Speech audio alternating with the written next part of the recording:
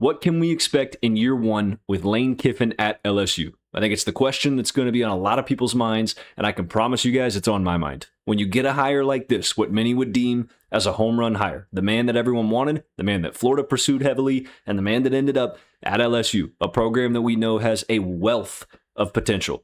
Just so much talent littered all around the area. NIL funds that range from $25 to $40 million. That comes from Brian Kelly. When you get a guy like Lane Kiffin, his personality, his moxie, his swagger, everything is there for the making of something special. And that's what I'm really curious about is what can we expect in year one? We'll get to the schedule. We're just going to go through some brief talking points here. I'm going to give you guys my thoughts on what to expect from Lane Kiffin and really just this year one. I'm not talking entirely big picture quite yet. I'm just honing in on the 2026/27 season that's coming upon us. Unfortunately, still a long way to go, but man, I'm just trying to keep us some food on the plate for now as we endure these long months without football.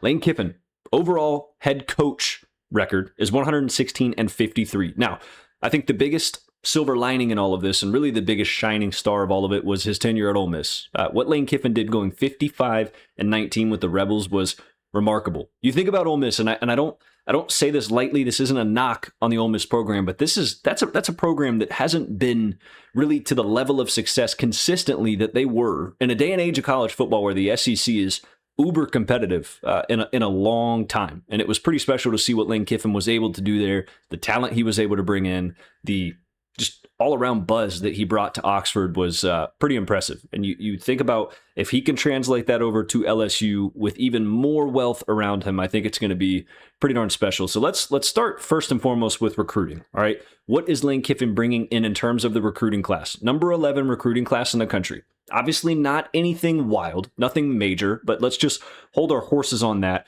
Lamar Brown, number 1 overall recruit in the country, does commit. They loaded up that defensive line in this recruiting class. Obviously, a lot of different positions, a lot of talent. Number 11 is nothing to scoff at. Not a bad recruiting class at all. But many of us would sit here and say, well, hey, number 11 in the country is still probably what? And I don't know, I haven't looked at the number, but like 7th in the SEC. That's how tough it is to recruit against your own conference. You may be good nationally, but how good are you at least comparative to your own conference, right? Hold your horses here. Number 1 transfer portal class in the country by a long shot. 24/7 Sports actually has LSU's transfer portal class rated at, I think, 80 points. Ironically, and this is hilarious to me, the next best team is Ole Miss at like 53 or 58, somewhere in that ballpark. I find it extremely funny that Lane Kiffin leaves Ole Miss, goes to LSU, has the number 1 portal class. That doesn't shock me, but what does shock me is now Ole Miss has the number 2 class. We'll get to that in a separate video. Let's stay on track here. Number 1 transfer portal class. This is huge. 40 commits out of the transfer portal, friends. This is massive. You had to think it was coming. When you get a guy with Kiffin's attitude, his demeanor, the way he's become a player's coach, the way he's, just feeds into the media. He feeds into this younger generation. And I think players truly do love playing for him. I know there's been some stories in the past and maybe some bad media around it, but I do think a majority of players love playing for a coach like Lane Kiffin, not only because of the X's and O's and the offensive fireworks and the flash behind it, but I also just think the atmosphere, the culture, and the vibe that he creates as a bit of a younger spirited, younger, more energetic, more involved in the social media day and age kind of a head coach. In that portal class, you get guys like Sam Levitt, what I would assume would be QB1. A lot of moxie, a lot of swag. I think he matches Lane Kiffin perfectly. You think of the demeanor between those two, and then you have a coordinator like Charlie Weiss Jr. up in the booth calling plays, really in tandem with Lane Kiffin. We saw how well Charlie Weiss proved himself in that playoff run without Kiffin on the headset on the other end, at least on the field. So seeing his potential and how good of a play caller he can be and was in those playoffs, paired with Sam Levitt, you also bring in a guy like Trey Wilson and a plethora of other talent. Caden Durham coming back, Trey Green coming back on the offensive side of the ball. That's a scary unit. All of the talent is there, hands down. The experience, I think, is going to be there. Sam Levitt is not a new recruit. He's an experienced starter that has had success at Arizona State with another coach very similar to Lane Kiffin, being Kenny Dillingham. I think there's a lot of comparability between those two, and I think that this is going to be a really, really nice fit for Sam Levitt. I think his dual threat ability is something that Lane Kiffin has had loads of success with. When you think about guys like Chambliss and Dart, Same thing again, right? That moxie. I just think it paints this picture of what Lane Kiffin wants this offense to look like, as well as Charlie Weiss Jr. So loads of talent. Again, last year we said this a ton with the talent that LSU had on offense.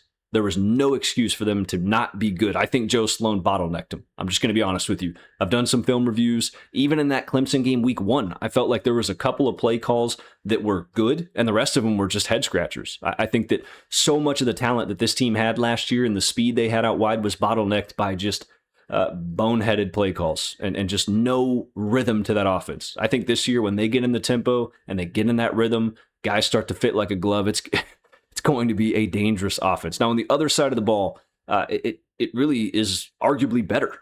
Blake Baker has flourished, obviously one of the highest paid coordinators in all of college football. I'm not sure if he still is the highest paid coordinator, but he's up there, and understandably so. I was a little bit skeptical of Blake Baker. I thought maybe there was just this underlying hype that he's younger and he's energetic, and again, a little bit of that players coach kind of vibe that people latched onto. But I did a film review in that week 1 game on the defensive side of the ball, and Blake Baker's defense was really the saving grace for this team at all last year. Now, did they have their moments? Of course, and every team does. And I think the locker room was completely lost by the halfway point of that season. But one unit that it felt like, if not, had it been for injuries and just that what I just mentioned, the locker room just completely imploding on itself with Brian Kelly, I think this was a unit that had a lot of potential.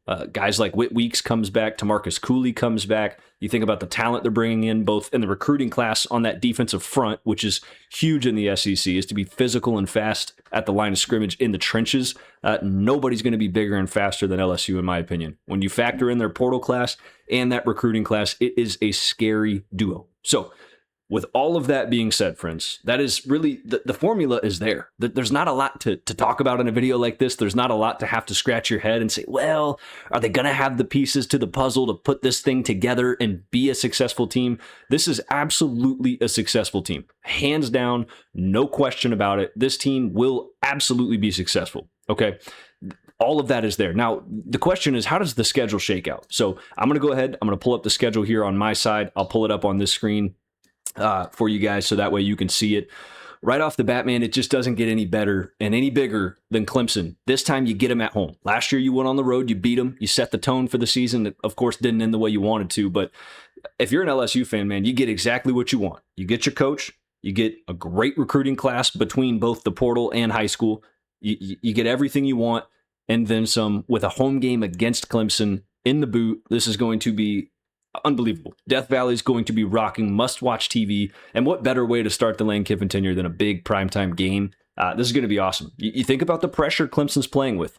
They lost to you at home last year. Dabo Swinney, we don't know what his future looks like. Does he even want to continue coaching? Does Clemson want to continue down this path? Is the game starting to slip by Dabo? You know, this new day and age of NIL and portal, all that. There's just going to be so much riding into that game.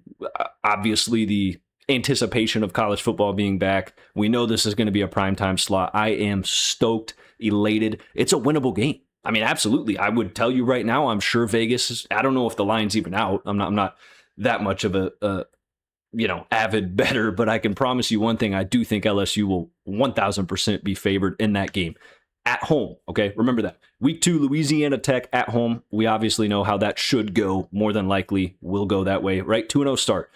One of the biggest games of the year here. Now, ignore the ranking there. I don't, until we get the AP poll preseason that's official. Ole Miss will be ranked, and I would assume there's a good chance they'll be ranked going into this game. That's going to be probably I don't want to say toughest environment because they are going to Neyland late in the year. They are going to Jordan-Hare late in October, which is going to be a battle. Tough places to play in both of those. But Ole Miss, just with the way things ended, the way fans feel about Lane Kiffin, regardless of the 55 wins and the amount of success he brought, there's definitely a bit of bad blood that's coming up in that matchup. I think that is going to be huge. I can almost guarantee you that will likely be another primetime college game day type of argument to have them there at that game. So I'm stoked for that one. But again, I would tell you, I think this is going to be a game that LSU is favored and should be favored to win. Ole Miss, number 2 portal class. Trinidad Chambliss is coming back. This is a really good football team. However, LSU, I think, on paper is going to be better. So I'm very excited to see that game. Both teams will be amped up for their own reasons and their own rights. Excited to watch it. You turn around next week, A&M at home, right? So you've had Clemson at home. You get A&M at home, which absolutely better than having to travel to Kyle Field and play them there. A&M and Mike Elko, really tough team. Probably another top 10 matchup back-to-back there. So after that, you get McNeese. That's a win. At Kentucky, not entirely sure what's going on with Kentucky, what the future is going to look like. New head coach, just new atmosphere, new vibe, new everything. So I think that LSU should comfortably win that football game, and I'm almost positive they will. Mississippi State's similar. I really like what Jeff Lebby's doing there in Starkville. However, you get him at home. I think this one's going to be a fairly comfortable win as well. You then take Auburn on the road. Alex Golesh, year one at Auburn. I think there's still a lot of pieces of that puzzle that might take a year or two. You get a guy like Byron Brown in, who I think is a stud at quarterback, but with an LSU defense and trying to put new pieces to the puzzle together and a new head coach with not as many resources as Lane Kiffin, I think this is a game that LSU can go on the road and absolutely win. You finally get your bye week right before Alabama that you host at home. So it really doesn't shape up any better. Tough start to the schedule. Don't get me wrong. Absolute tough start to the schedule there. But you get your bye before Alabama. Then you go Bama at home, Texas at home, back-to-back. So again, you have Clemson, Alabama, Texas A&M, and Texas all at home. Any day of the week, I'm taking those home games. You travel to Kentucky, not too bad, right? You travel to Oxford, that's a tough environment. Obviously, we know the outlying situations in that, but still not the worst place in the SEC to have to go travel and play in a road game. You get Neyland. Probably going to be a night game against Tennessee late in the season, but who knows? I mean, at that point, someone's season could be off the rails and it's just anyone's game. Or it could be very much LSU has established themselves as a dominant team. Tennessee's maybe still finding an identity. Maybe they haven't. Really, really exciting game. That's a tough one. That's a trap game. Second to last game of the year on the road in Neyland. Not an easy place to play. One of the toughest places to play outside of LSU's very own Death Valley. So curious to see how that one goes. And then you get Arkansas on the road, last game of the year. We'll see what Arkansas looks like. Obviously, new faces around that part of town too. But guys, that's all I got for this video. I'm going to finish off and say I think that the year one expectations for me are at least 10 wins. I think this is absolutely a 10-win roster. And when I say 10, I mean minimum, right? 10 plus. This is undoubtedly a roster that could roll the dice and go undefeated. I think this is one of the best teams in the SEC, one of the best coaching staffs from top to bottom, not just coordinators and head coach, but even through position coaches, special teams, pass rush coordinators, all of that good stuff. This is a stacked university at this point. So I'm really excited to see what Lane Kiffin does. I think he goes 10-2 in the regular season. I think LSU does find their way into the SEC championship game in Atlanta, and I think that there's a very good chance the Tigers could win the SEC. Now, that's the only predictions I'm going to say. I don't want to hold that official. We'll obviously do our prediction videos as we inch and crawl our way closer to the season through these long, gruesome months. But with all of that being said, if you guys made it to this far in the video, thank you very much for watching. I apologize for the delay in videos. I'm just mourning the fact that we have no football, but I appreciate you all for being here. If you like the video, leave a like, comment, subscribe, all that good stuff, and I will see you guys next time. Thank you.